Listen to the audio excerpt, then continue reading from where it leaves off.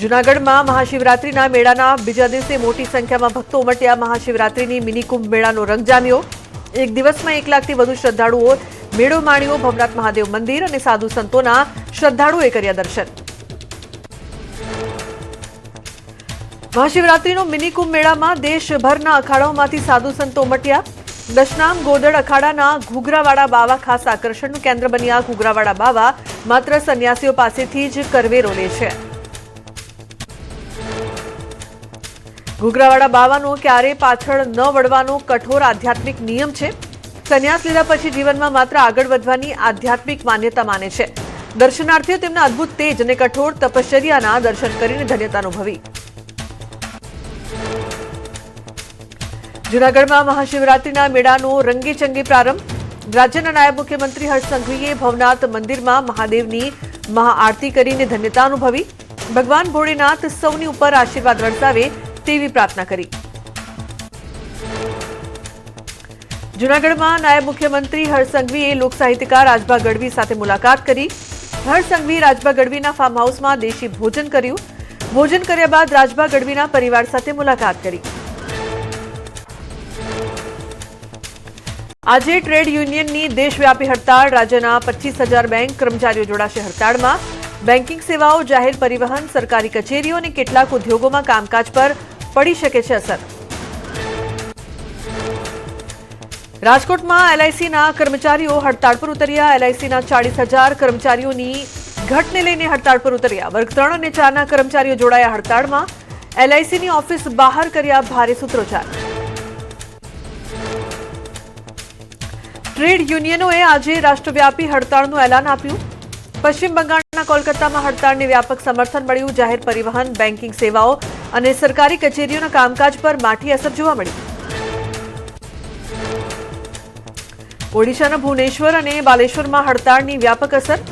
ભુવનેશ્વરમાં વિરોધ પ્રદર્શનના કારણે માર્ગ વ્યવહાર ખોરવાતા વરરાજાને રસ્તામાં જ અટકવું પડ્યું। વાહનોની અવરજવર બંધ હોવાથી વરરાજા અને જાનૈયાઓ મુશ્કેલીમાં મુકાયા।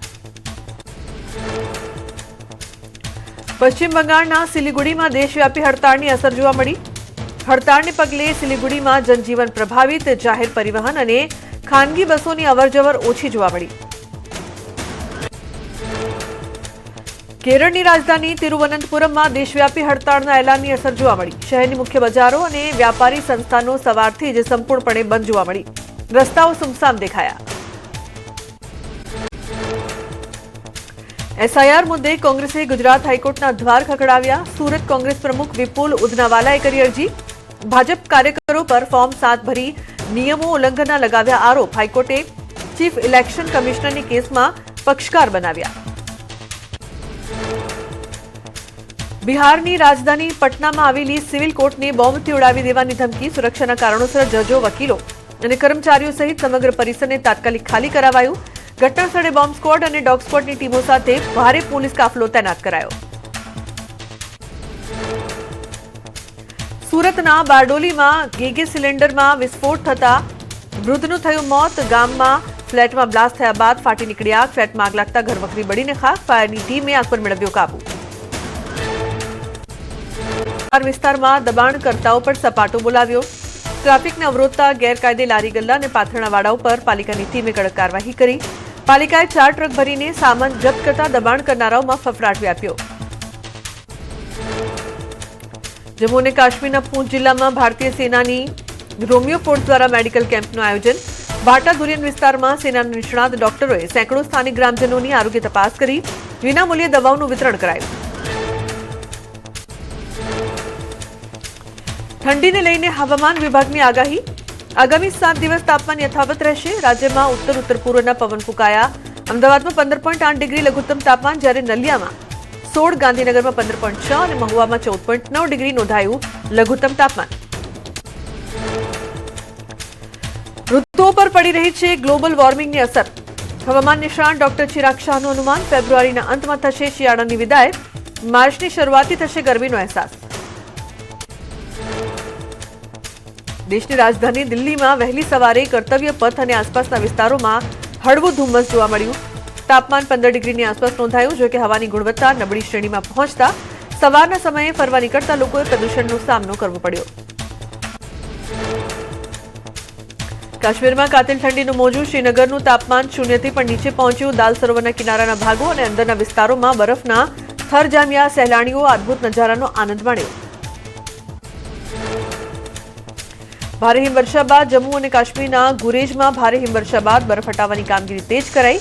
બીઆરઓ અને એન્જિનિયરિંગ વિભાગ એક્શનમાં આવ્યું. સ્થાનિક લોકોએ સમયસર હાથ ધરાયેલી કામગીરીને બિરદાવી. કાશ્મીરના ગુરેજ ઘાટીમાં ભારે હિમવર્ષાથી જનજીવન પ્રભાવિત. વિવિધ વિસ્તારોમાં તાજી હિમવર્ષા થતા સમગ્ર પંથક ઠંડુગાર બન્યું. તુલેના ઊંચા વિસ્તારોમાં 10 થી 12 ઇંચ સુધી બરફ પડ્યો. હિમવર્ષાના કારણે માર્ગો પર અવરજવર ખોરવાઈ. ગુલમર્ગમાં તાજી હિમવર્ષા બાદ કુદરતી સૌંદર્ય સોળે કળાએ ખીલી ઉઠ્યું. બરફની ચાદર પથરાતા પ્રવાસન સ્થળો ખીલી ઉઠ્યા. હિમવર્ષાથી સ્થાનિક પર્યટન ઉદ્યોગમાં જોવા મળી રોનક. મોટી સંખ્યામાં ઉમટી પડેલા પર્યટકોએ માણી બરફની મજા. જમ્મુ કાશ્મીરના અનંતનાગમાં હિમવર્ષા. સમગ્ર વિસ્તાર સફેદ ચાદરથી ઢંકાઈ જતા પ્રકૃતિનો મનોરમ્ય નજારો આવ્યો સામે. હિમવર્ષાના કારણે પર્યટન ઉદ્યોગને મળ્યો વેગ. રસ્તાઓ લપસણા થઈ જતા મુસાફરી માટે સાવચેતીની અપીલ. જમ્મુ કાશ્મીરમાં પહલગામની અરુવેલીમાં સ્નો ફેસ્ટિવલનું આયોજન. બર્ફીલો નજારો અને સ્કીઇંગનો આનંદ માણવા પહોંચ્યા પર્યટકો. પહલગામને ઓલ સિઝન ટુરિસ્ટ ડેસ્ટિનેશન બનાવવા અને પ્રવાસનને વેગ આપવા સ્નો ફેસ્ટિવલનું કરાયું આયોજન. ઓડિશાના પ્રસિદ્ધ પુરી બીચ પર કુદરતનો અનોખો નજારો. બ્લુ ફ્લેગ બીચ પર હજારો જીવંત શંખ છીપલા દેખાતા પ્રવાસીઓ અને સ્થાનિકોમાં ભારે કુતૂહલ. પદ્મશ્રી સુદર્શન પટનાયકે વિડીયો શેર કરી વ્યક્ત કરી ખુશી. વાંકાનેરનું રામપરા વન્યપ્રાણી અભયારણ્ય વન્યજીવો માટે બન્યું નંદનવન. 15 ચોરસ કિલોમીટરમાં ફેલાયેલા જંગલમાં 150 થી વધુ પ્રજાતિઓનો છે વસવાટ. અહીં એશિયાઈ સિંહોનું જીનપુલ સેન્ટર તથા ચિત્તલ અને ચિંકારા માટે બ્રીડિંગ સેન્ટર છે કાર્યરત. અમદાવાદમાં બાળ તસ્કરી મામલે મોટા ખુલાસા. દાંતાના 2 વ્યક્તિઓના નામ આવ્યા સામે. ક્રાઇમ બ્રાન્ચે અગાઉ 4 આરોપીની કરી હતી ધરપકડ. આરોપી યુનુસની પૂછપરછમાં વધુ 2 વ્યક્તિઓના નામ ખુલ્યા. રાજકોટમાં 120 કિલો ચાંદીના ચોરીના કેસમાં વધુ એક આરોપી મંગુસી રાઠોડની ધરપકડ. આરોપી પાસેથી 40 કિલો ચાંદી કરાયું જપ્ત. 10 કિલો ચાંદી ઓગાળી નાખી હોવાનો ખુલાસો. ચાંદી ઓગાળવાની ભઠ્ઠી સહિતનો મુદ્દામાલ કરાયો જપ્ત.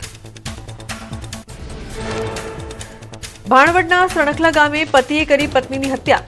ખેતરમાં પાણી વાળવા બાબતે ઝઘડો થતા પતિ ઉશ્કેરાઈને પત્નીને માથાના ભાગે પાવડાના ઘા ઝીક્યા. પોલીસે આરોપીને ઝડપી હાથ ધરી કાયદાકીય કાર્યવાહી.